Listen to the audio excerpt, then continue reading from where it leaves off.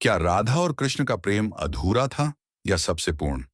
वृंदावन की गलियों में जब भी बांसुरी की मधुर धुन गूंजती थी, हर हृदय में एक ही नाम बस जाता था, राधा और कृष्ण। उनका प्रेम किसी साधारण कहानी जैसा नहीं था, बल्कि वह एक ऐसा एहसास था जिसे शब्दों में पूरी तरह व्यक्त करना भी कठिन है। कहते हैं, बचपन से ही राधा और कृष्ण का रिश्ता बेहद गहरा था। न कोई वचन, न कोई बंधन, फिर भी एक अटूट जुड़ाव।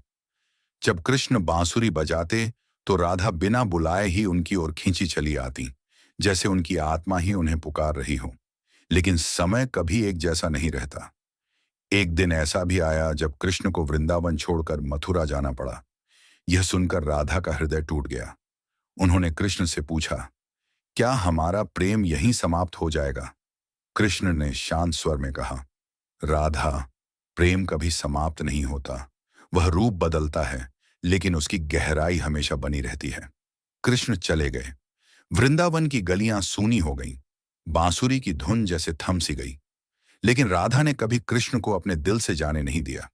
हर पल, हर सांस में उन्होंने कृष्ण को महसूस किया। समय बीतता गया। लोग कहते थे, यह प्रेम अधूरा रह गया, क्योंकि राधा और कृष्ण का विवाह नहीं हुआ।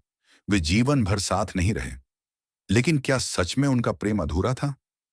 सच तो यह है कि उनका प्रेम इतना गहरा था कि उसे किसी रिश्ते या नाम की जरूरत ही नहीं थी।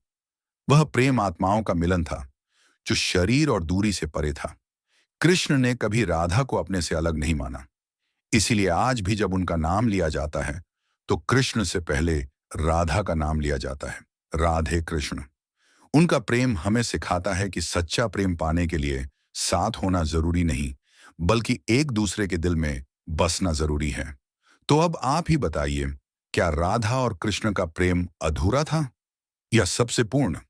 अगर ये स्टोरी आपके दिल को छू गई हो, तो कमेंट में राधे कृष्ण जरूर लिखें और हमारे चैनल को सब्सक्राइब करना ना भूलें।